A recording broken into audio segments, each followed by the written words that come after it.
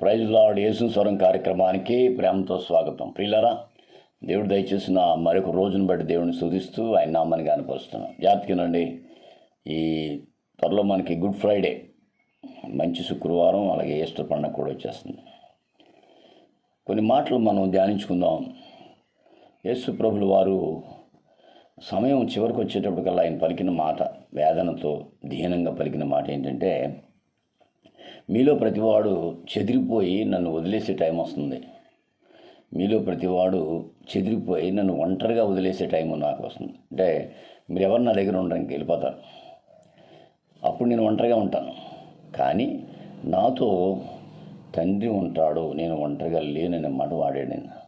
పిల్లరా, ఈ ఉదయకాలం చాలాసార్లు మన జీవితంలో మనకి ఏమనిపిస్తుంటుందంటే, చాలామంది ఉన్నారు అయినా మనం ఒంటరి వాళ్ళమే. ఎంతోమంది ఉన్నారు అయినా మనం ఒంటరి వాళ్ళమే. ఎంతోమంది మనకి చుట్టాలు బంధువులు ఉన్నారు, మనం ఒంటరి వాళ్ళమే అని ఒక నిరాశ పెడితే, దేవుడు చెప్పేది ఏంటంటే, యేసు స్వరం ద్వారా ఆయన నీతో ఉన్నాడు. Is always with you.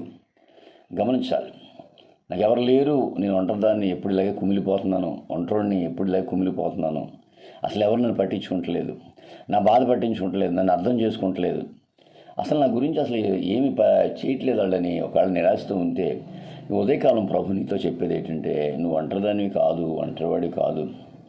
ప్రభు అదే ఆ మాట వాడాడు అక్కడ. మీరు చెదిరిపోతారు. అవును, కొన్నిసార్లు అండి మన కష్టం వచ్చినప్పుడు ఎవరి దగ్గరికి రారు, బాధ వచ్చినప్పుడు ఎవరి దగ్గర రారు, ఇబ్బందులు ఉన్నప్పుడు దగ్గర రారు. అన్నీ సమృద్ధిగా ఉంటే అందరూ వచ్చేస్తారు, కానీ కష్ట సమయంలో ఎవరు రారు. ఎప్పటికీ మనం ఒంటరి వాళ్ళమే. గమనించాలి, ఒంటరితనం అనేది నీకు ధైర్యాన్ని ఇస్తుంది. ఒంటరితనం అనేది ప్రభు నీతో ఉన్నాడని రుజువు చేస్తుంది. గమనించాలి పిల్లలు. అందుకే ఇక్కడ అన్నాడు, నేను ఒంటరి వాడిని కాదు, తండ్రి నాతో ఉంది. దానికి అర్థం ఏంటంటే, మనం ఎప్పుడూ ఒంటరి వాళ్ళని కాదండి. గమనించాలి, ఎవరు లేరు నిరాశపడక్కర్లా, అందరూ వదిలేశారు నిరాశపడక్కర్లా, అందరూ దూరం అయిపోయారు నిరాశపడక్కర్లా, నీతో ఎప్పుడూ ఉండేది యేసు ప్రభు. ఇమ్మానుయేలు అనే మాటకు దేవుడు మనకు తోడే ఉన్నాడని వాక్యం సెలవిస్తుంది. కాబట్టి ఉదయకాలం ఈ మాటలు వింటున్న ప్రతి దేవుని బిడ్డ ధైర్యంగా ఉండు. ప్రభు నీ పక్షంగా ఉన్నాడు, ఆయన ఎప్పుడు నేను విడిచిపెట్టడు. ఇలా గమనించాలి, యేసేపుకి తోడే ఉన్నట్లు, ఇర్మియాకి తోడే ఉన్నట్లు, మోషేకి తోడే ఉన్నట్లు, అబ్రహాముకు తోడే ఉన్నట్లు నీతో ఆయన ఉన్నాడు. ఆ సంగతిని ఎప్పుడు మర్చిపోవద్దు, దిగులు పడద్దు, బెంగపడద్దు. నువ్వు ఒంటరిదానివి కాదు, ఎప్పుడు ఆయన నీతో ఉన్నాడు. నువ్వు అనుకుంటున్నావు నీ ఒంటరిదాన్ని, నాకు ఎవరు లేరు, నన్ను నా బతికేలాగా అయిపోయింది, నన్ను పట్టించుకునే వాళ్ళు ఎవరు లేరు, నా గురించి ఆలోచించే వాళ్ళు ఎవరు లేరు, నా గురించి పలకరించే వాళ్ళు ఎవరు లేరు అనుకుంటే, ఉదయకాలం ప్రభావం నేను నీతో ఉన్నాను, నేను నీకు సహాయం చేస్తా, నిన్ను ఆదుకుంటాను. కానీ ఉదయం ఈ మాటలు వింటున్న ప్రతి దేవుని బిడ్డ ధైర్యంగా ఉండు. ప్రభు నీ పక్షంగా ఉన్నాడు, నీకు సహాయం చేస్తాడు, నిన్ను ఆదుకుంటాడు, ఓదారుస్తాడు, ధైర్యపరుస్తాడు. అటువంటి గొప్ప నిరీక్షణ పరిశుద్ధాత్మ నీవు దయచేయను గాక. ఆమేన్. God bless you.